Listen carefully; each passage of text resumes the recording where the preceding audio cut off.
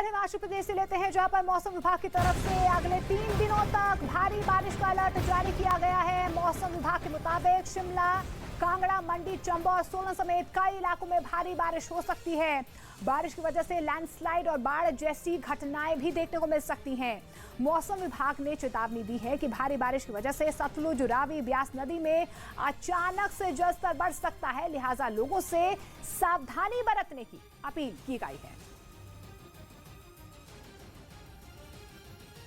इस बीच ऐतिहासिक आर्थिक संकट से जूझ रहे पाकिस्तान पर एक नया खतरा मंडराता नजर आ रहा है। खबर है कि आतंकी फंडिंग पर नजर रखने वाली अंतर्राष्ट्रीय संस्था FATF की ग्रे लिस्ट से बाहर निकलने का उसका सपना टूट सकता है, क्योंकि उसने FATF के एक्शन से बचने के लिए अपनी गोद में पल रहे आतंकियों पर कार्रवाई का ढिंढोरा तो पीटा, लेकिन झूठ की बुनियाद पर किए गए उसके दावों की एक बार फिर पोल खुल गई, जिसकी जानकारी खुद पाकिस्तान के मीडिया ने दी। खबर है कि पाकिस्तान के दावों की हकीकत जानने के लिए पिछले दिनों FATF की टीम ने वहां का दौरा किया था, जिसने ग्रे लिस्ट से बाहर निकलने के लिए पाकिस्तान को 11 बिंदुओं पर काम करने का टारगेट दिया था। ये वो एक्शन प्लान था जो पाकिस्तान को आतंकवाद के खिलाफ करना था, लेकिन जांच के बाद FATF की टीम ने माना कि इनमें 10 बिंदुओं पर उसकी कार्रवाई शर्मनाक रही, जिसके बाद पाकिस्तान पर एक बार फिर FATF की ग्रे लिस्ट में बने रहने का खतरा बन गया है, जिस पर अंतिम फैसला अक्टूबर में होने वाली बैठक में होगा।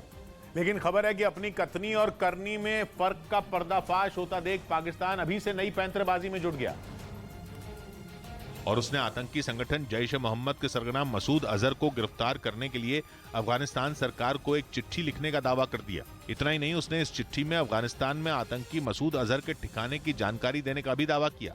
हालांकि कहा यह जा रहा है कि अफगानिस्तान सरकार ने पाकिस्तान की ओर से इस तरह की कोई भी चिट्ठी मिलने से साफ इनकार कर दिया। मतलब साफ है कि FATF की सख्ती से बचने के लिए पाकिस्तान अपने पुराने पैंतरे आजमाने से बाज नहीं आ रहा है, क्योंकि इससे पहले भी उसने दबाव बढ़ाने पर मुंबई हमले के मास्टरमाइंड और लश्कर ए तैयबा के टॉप कमांडर साजिद मीर को गिरफ्तार करने का दावा किया था, जबकि पहले वो उसके मारे जाने का दावा करता रहा था। और इस बीच ज्ञानवापी मामले को लेकर एक बड़ी खबर आपको बता दें। वाराणसी के ज्ञानवापी मां श्रृंगार गौरी केस की सुनवाई 22 सितंबर से शुरू होगी। मुकदमे की वादिनी महिलाओं के वकील ने अपना पक्ष रखने के लिए तैयारी शुरू कर ली है। वहीं वाराणसी के जिला जज के इस आदेश के खिलाफ अंजुमन इंतजामिया मसाजिद कमेटी ने इलाहाबाद हाई कोर्ट में रिवीजन याचिका दाखिल की है। हालांकि मसाजिद कमेटी से पहले वादिनी महिलाओं की ओर से हाई कोर्ट में कैविएट पिटीशन दाखिल कर ली गई है, जिससे कि उनका पक्ष सुनने के बाद ही हाई कोर्ट अपना आदेश सुनाएगा। और इस बार भी अफगानिस्तान की तालिबान सरकार ने उसके झूठ की पोल दुनिया के सामने खोलकर रख दी, क्योंकि अफगानिस्तान ने न सिर्फ पाकिस्तान की ओर से किसी तरह की चिट्ठी मिलने से इनकार किया, बल्कि वहां की सरकार ने तो आतंकी मसूद अजहर के पाकिस्तान में ही छिपे होने का दावा कर दिया। जैश मोहम्मद डली मशर दलता नस्ता अफगानिस्तान की तंजीम पाकिस्तान की वसीदले से। असल में मसूद अजहर को संयुक्त राष्ट्र ने ग्लोबल टेररिस्ट घोषित किया हुआ है। वो कंधार विमान हाईजैक और पुलवामा हमले समेत भारत में हुए कई आतंकी हमलों का मास्टरमाइंड है। इसी वजह से पाकिस्तान पर उसके खिलाफ कार्रवाई के लिए भारी दबाव है। माना जा रहा है कि इसी से पल्ला झाड़ने के लिए उसने मसूद अजहर के पाकिस्तान में होने से ही इनकार करने की कोशिश की, जबकि वो पाकिस्तान के सोशल मीडिया नेटवर्क पर लोगों को भारत के खिलाफ उकसाने के लिए लगातार लेख लिखता रहा है।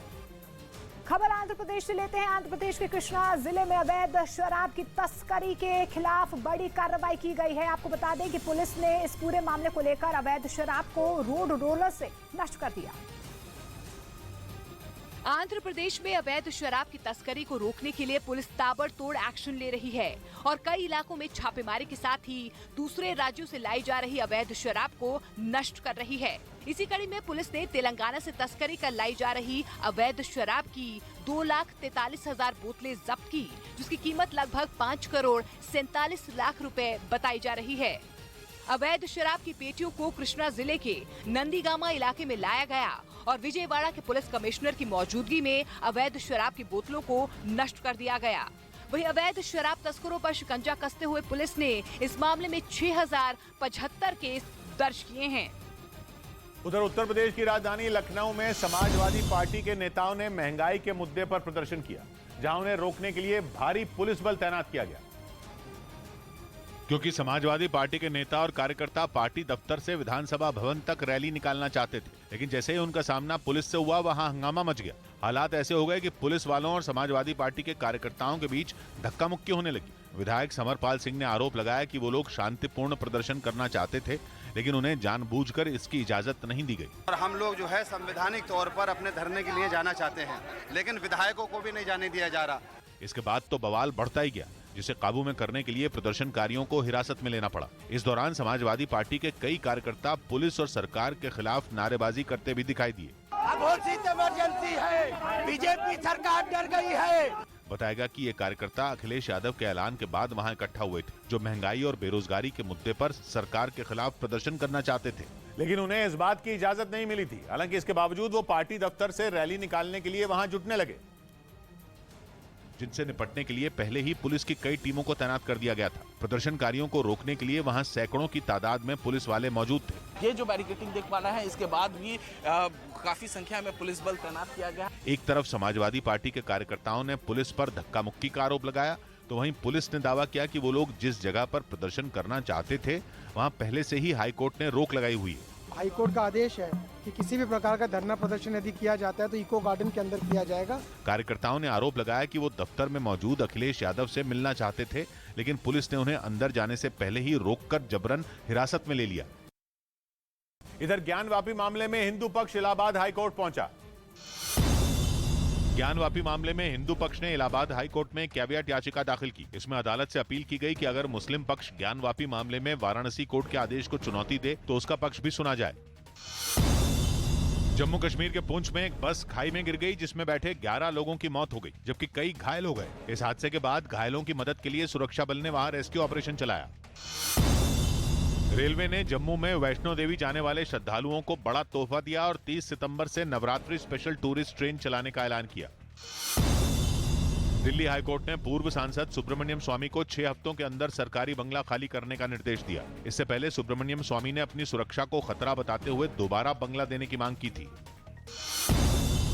अगले महीने होने वाले T20 वर्ल्ड कप में मेजबान ऑस्ट्रेलिया की टीम नई जर्सी में नजर आएगी। महारानी एलिजाबेथ द्वितीय के अंतिम दर्शनों के लिए भारी भीड़ लोगों की देखने को मिल रही है। ब्रिटेन और दुनिया भर से लोग लंदन पहुंचे। बकिंघम पैलेस के बाहर एलिजाबेथ को श्रद्धांजलि देने के लिए बड़ी संख्या में लोग नजर आए। बकिंघम पैलेस से महारानी के ताबूत को तोप गाड़ी पर रखकर संसद भवन ले जाया जाएगा, जहां महारानी के पार्थिव शरीर को 4 दिनों तक रखा जाएगा। इस बीच खबर है कि रूस जंग खत्म करने के लिए अब यूक्रेन पर परमाणु हमला करने की तैयारी में है। ये दावा नेटो की चीफ रह चुकी रोज गॉटमाइलर ने किया, जिससे एक बार फिर दुनिया भर में खलबली मच गई। रोज गॉटमाइलर के दावे के मुताबिक रूस भी अब 6 महीने से जारी जंग से तंग आ चुका है और इसलिए पुतिन इसे खत्म करने के लिए यूक्रेन पर परमाणु हमला करने की तैयारी में है, जिसके लिए उन्होंने नई रणनीति बनाई है, जिसके तहत परमाणु बम के निशाने पर काला सागर के आसपास मौजूद यूक्रेन के सैन्य अड्डे हो सकते हैं। और अगर ये परमाणु विस्फोट हुआ तो इसकी चपेट में आने से लाखों लोगों की जान जा सकती है। ऐसा इसलिए क्योंकि फरवरी से जारी जंग का अब तक कोई नतीजा नहीं निकला है, जिसके बाद आशंका जताई गई कि पुतिन अपना आखिरी हथियार इस्तेमाल करने की योजना बना रहे हैं, क्योंकि वक्त के साथ यूक्रेन कमजोर होने की बजाय और मजबूती से पलटवार कर रहा है, जिसकी वजह से कई इलाकों से रूस की सेना को पीछे हटना पड़ा है।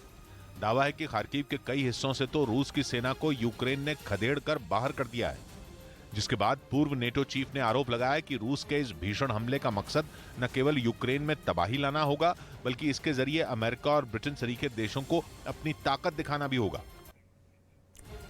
खबर हरियाणा के रोहतक से, जहां पर जिंदा लोगों को मुर्दा दिखाकर पेंशन काटने पर जमकर हंगामा हुआ है। सैकड़ों लोगों ने इकट्ठा होकर एसडीएम दफ्तर के बाहर प्रदर्शन किया, जिसमें बुढ़ापा, विधवा और दिव्यांग पेंशन लेने वाले लोग शामिल थे, जिन्होंने सरकार के खिलाफ मोर्चा खोल दिया और नारेबाजी भी की। सरकार मुर्दाबाद, मुर्दाबाद, मुर्दाबाद। बताया गया कि रोहतक के गांव छिचड़ाना में 50 से 60 लोगों की पेंशन काट दी गई, क्योंकि कागजों में उन्हें मृत घोषित किया गया था। इस साल फरवरी से पेंशन कटने पर कई बार अधिकारियों के चक्कर काटने पर भी जब समाधान नहीं हुआ तो ये लोग एसडीएम दफ्तर के बाहर धरने पर बैठ गए। बहुत सारे लोग ऐसे हैं जिनकी 1 साल से पेंशन काट दी गई, जबकि सरकार का दावा है कि हरियाणा में करीब 2 लाख फर्जी तरीके से पेंशन ले रहे थे, जिसे रोकने के लिए सरकार ने कदम उठाया था। इसी दौरान कोई गड़बड़ी हो गई, जिसे ठीक करने की कोशिश की जा रही है। DSW से बात कर ली गई है, उनकी टीम गांव में विजिट करेगी और जो इस तरह के इश्यूज को रिजोल्व कर दिया जाएगा। वहीं पिछले 7-8 महीने से पेंशन नहीं मिलने से परेशान लोगों ने जल्द से जल्द पेंशन बहाल करने की मांग की।